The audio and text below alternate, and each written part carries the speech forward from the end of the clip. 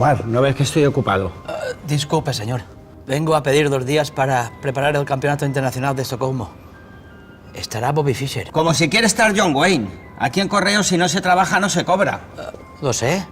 Solo vengo a pedir 2 días para preparar las partidas y luego asistir al campeonato. Usted vino recomendado por el ministro Arias con una nota informativa que decía facilitar la asistencia a los campeonatos. Así es. No hablaba de preparación de nada.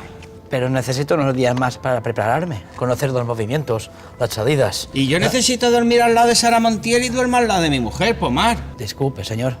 Yo no sé quién es Sara Montiel. ¿Usted qué mundo vive, Pomar? Venga, exento durante 30 días, lo que dura el campeonato, ni uno más. Dese la vuelta. Venga.